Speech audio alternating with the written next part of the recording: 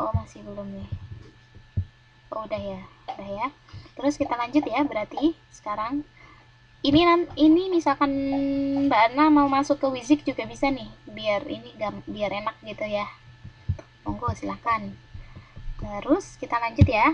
Untuk slide berikutnya ada fungsi. Ya ampun, ada fungsi gitu ya. Jadi memang kita tahu bahwa tadi kan untuk menjelaskan, jadi kenapa sih komunikasi bisnis itu seperti apa sih, fungsinya seperti apa sih gitu kan. Nah, ini ada fungsi apa? Fungsi informatif. Jadi komunikasi bisnis itu ada fungsi yang informatif, yaitu apa sih?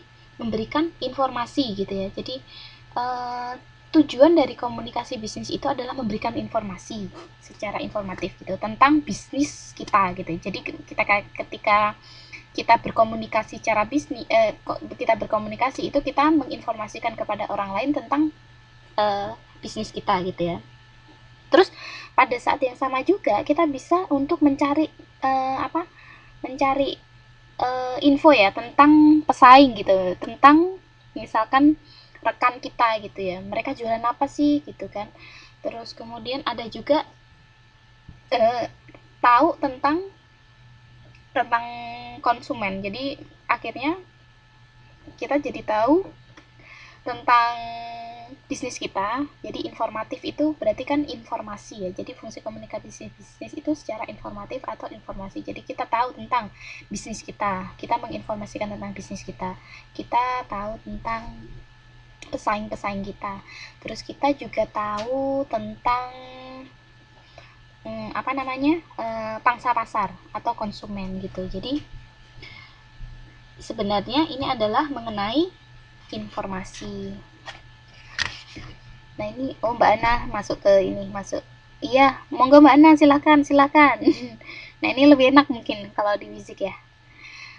Boleh lah nanti 2. Atau mau dimatiin Skype-nya juga nggak apa-apa ini. Tapi Mbak siapa namanya? Mbak Siti Fadriyah, biar pakai Skype aja ini ya.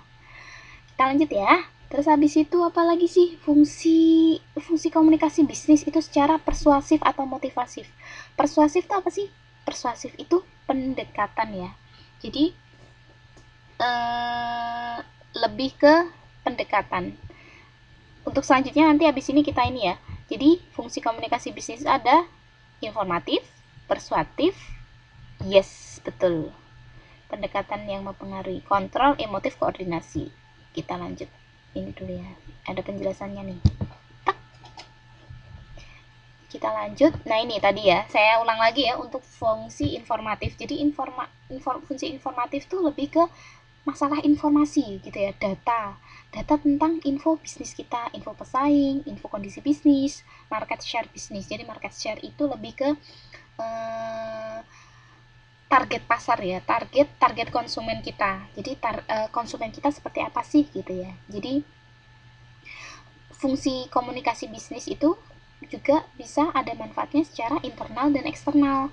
Kalau masalah internal itu jadi lebih pendekatan gitu ya, lebih memberikan informasi gitu ya, informasi kepada karyawan gitu. Jadi kan tadi kan fungsi informatif adalah mengenai data, mengenai informasi. Jadi ketika kita melakukan komunikasi bisnis secara internal itu dalam ini ya, jadi secara internal itu secara di dalam organisasi ya, pada karyawan, pada manajemen, pada stakeholder gitu. Jadi menjelaskan kebijakan dan visi misi organisasi kepada karyawan. Jadi pendekatan secara internal. Jadi terus komunikasi bisnis itu secara eksternal untuk apa sih? Jadi untuk menunjukkan keberhasilan organisasi atau untuk memberikan informasi organisasi gitu ya. Contohnya CSR gitu.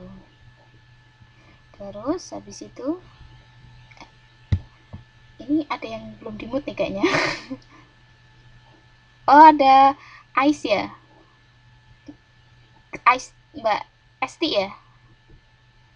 Ya udah, monggo Mbak Esti silakan gabung di Skype boleh atau di Wisik juga boleh ya. Sekarang kita masuk ke fungsi persuasif nih Mbak. Fungsi persuasif di semuanya pada bawa buku nggak sih? Bawa buku ya di 2.5 ya. Mungkin yang lainnya bisa ini buka, teman-teman bisa buka apa PPT-nya ya. Kalau yang di Skype, kalau yang di mana Wisik sekarang lagi bahas tentang fungsi persuasif gitu ya. Terus habis itu sebentar, waduh, start recording terus jadi